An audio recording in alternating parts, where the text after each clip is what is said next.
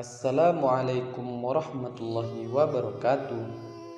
Suatu siang di hari Jumat, seorang khatib di Masjid As-Salam Hayy El-Asir Kairo dalam khutbahnya menuturkan sebuah kisah yang sangat indah, kisah yang juga pernah ditulis oleh Syekh Ali At-Tantawi dalam sebuah tulisannya. Kisah ini terjadi di kota Damaskus, Syria, di kota yang pernah menjadi ibu kota Daulah Umayyah ini terdapat sebuah masjid besar yang diberi nama Masjid Jami' At-Taubah. Masjid ini adalah masjid yang membawa keberkahan, diberi nama dengan At-Taubah karena konon sebelumnya adalah tempat hiburan, tempat dilangsungkannya berbagai jenis kemaksiatan. Kemudian ada seorang sultan pada abad ke-7 Hijriah yang membelinya dan menghancurkan tempat tersebut. Setelah itu ia membangun sebuah masjid di atasnya. Saat ini daerah ini dikenal dengan daerah Masjid Jami' At-Taubah.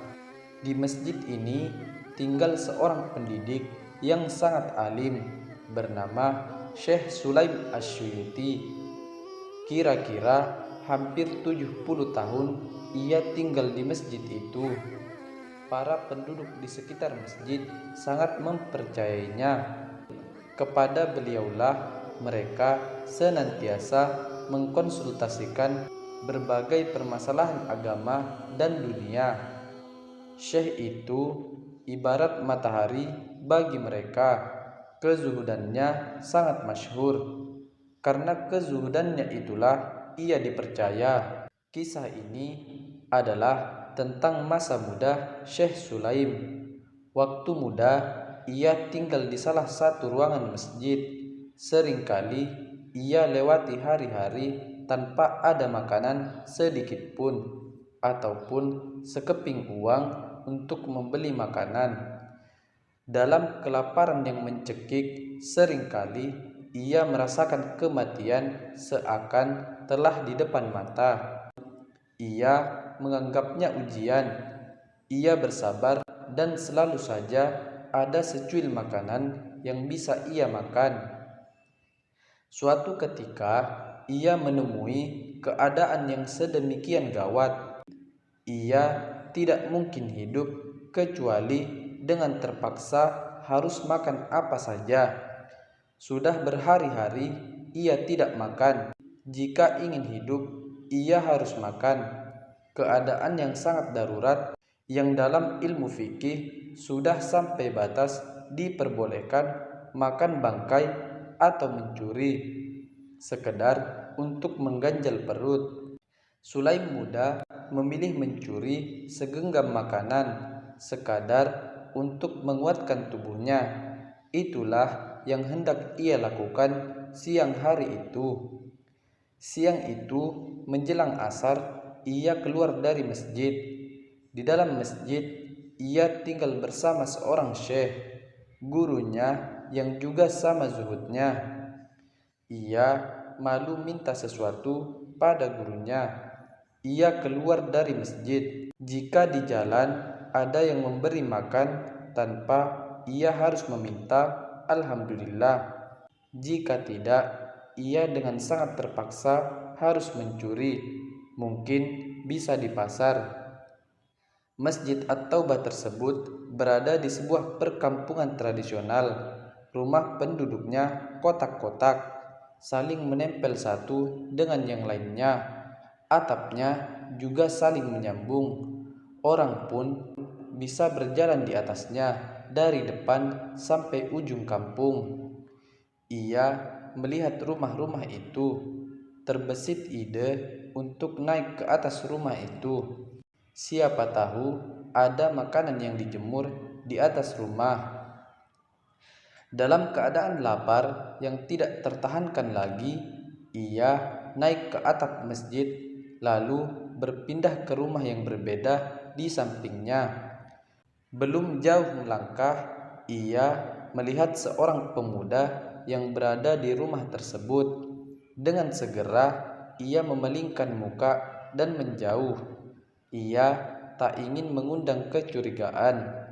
Ia lalu mencari-cari rumah yang lain, dan ia melihat sebuah rumah yang sedang kosong, sedang berada di sampingnya.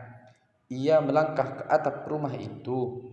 Ia mencium bau masakan yang membuat air liurnya keluar, dan perutnya semakin melilit-lilit. Dorongan nafsu perutnya sedemikian kuat, ia tidak kuat untuk tidak turun. Dengan 2 kali lompatan, ia telah berada di teras rumah tersebut dan segera menuju dapur. Ia membuka tutup makanan dan dilihatnya beberapa terong yang baru saja direbus. Terong itu dibumbui khas Mesir. Ia pernah merasakan kelezatan terong seperti itu dalam sebuah jamuan perhelatan Walimatul Urs. Karena rasa lapar yang tidak tertahankan lagi, ia langsung mencomot terong itu tanpa peduli lagi panasnya makanan tadi. Ia mulai menggigit dan memamah terong tersebut. Namun, ketika hendak menelannya, nuraninya mengusiknya.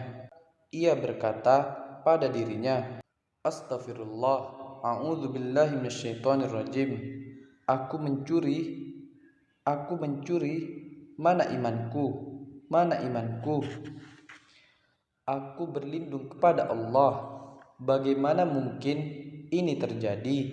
Aku adalah seorang muazzin di masjid, seorang penuntut ilmu, murid seorang ulama besar, tapi berani masuk ke rumah orang lain dan mencuri. Astagfirullah, ini tidak boleh terjadi." Ia langsung mengeluarkan semua terong yang telah ia mamah dari mulutnya. Ia mengembalikan terong yang telah ia gigit. Air matanya terbit. Ia tadi merasa telah melakukan dosa besar. Ia menyesal. Ia kembali ke masjid sambil menahan kesedihan karena tindakannya yang ia anggap sebagai perbuatan yang tak termaafkan. Ia terus beristighfar. Ba'da sholat asar, ia duduk mengikuti dan mendengarkan pengajian sang syekh di masjid. Namun pikirannya masih pada terong yang telah ia mamah. Sementara rasa laparnya semakin menjadi-jadi. 2 hal itu menyebabkan ia tidak tahu sama sekali apa yang diajarkan gurunya. Usai pengajian, semua orang telah pergi. Tinggal ia berdua sama syekh. Tiba-tiba datanglah seorang wanita dengan memakai cadar muka. Wanita itu berkata kepada syekh tadi dengan ucapan yang tidak didengarnya sedikit pun. Setelah itu, syekh tadi melihat sekelilingnya dan tidak menemukan siapa-siapa selain dirinya. Syekh itu memanggilnya dan bertanya, "Apakah kamu telah menikah?" "Belum," jawabnya.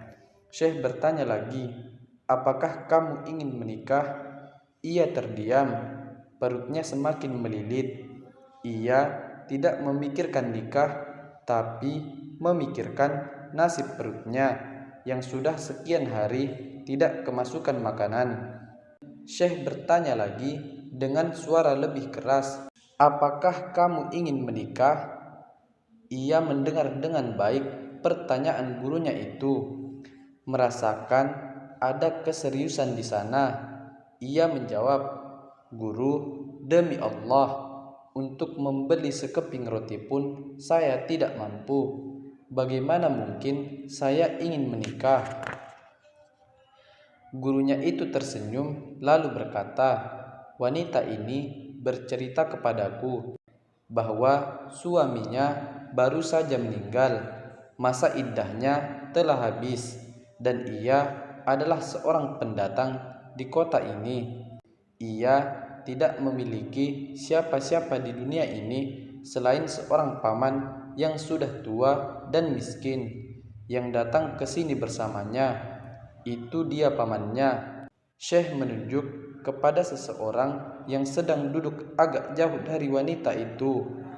Syekh melanjutkan penjelasannya. Wanita ini mewarisi rumah suaminya beserta hartanya. Ia ingin mendapatkan suami lagi yang menikahinya sesuai sunnah Rasulullah SAW agar ia tidak sendirian lagi, sehingga menutup kesempatan mereka yang mempunyai niat jahat. Apakah kamu mau menikahinya? Ia menjawab, insya Allah saya mau, tapi saya tidak punya maharnya, wahai guru. Syekh tersenyum dan berkata, soal mahar gampang. Apakah kamu menerimanya sebagai suamimu? Tanya Syekh kepada wanita tersebut. Ya, saya menerima, jawab si wanita. Syekh langsung memanggil paman wanita itu, 2 orang saksi, dan melaksanakan akad nikah serta memberikan mahar untuk muridnya. Syekh berkata, sekarang peganglah tangan istrimu. Kemudian keduanya saling berpegangan tangan dan sang wanita membawanya ke rumahnya. Sesampainya di rumah, sang wanita membuka penutup kepalanya. Ia kaget karena istrinya itu sungguh sangat cantik. Wajah istrinya itu putih bersinar. Ia semakin kaget ketika tahu bahwa rumah di mana sekarang ia berada adalah rumah yang tadi ia masuki. Apakah Kanda sudah makan siang? Tanya sang wanita kepadanya. Belum, jawabnya. Kalau begitu, ayo kita ke dapur untuk makan. Si wanita menariknya ke dapur. Sampai di dapur, ia membuka tutup panci dan kaget dengan apa yang dilihatnya. Wanita itu berkata, mengherankan, siapa yang berani masuk rumah ini dan menggigit terong ini? Mungkin orang yang lancang ini tahu kalau aku janda sehingga berani masuk rumah ini. Mendengar hal itu, laki-laki tadi menangis dan ia mulai menceritakan apa yang terjadi.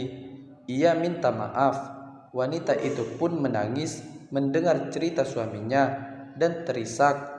Wanita itu berkata, kau lulus ujian, wahai suamiku.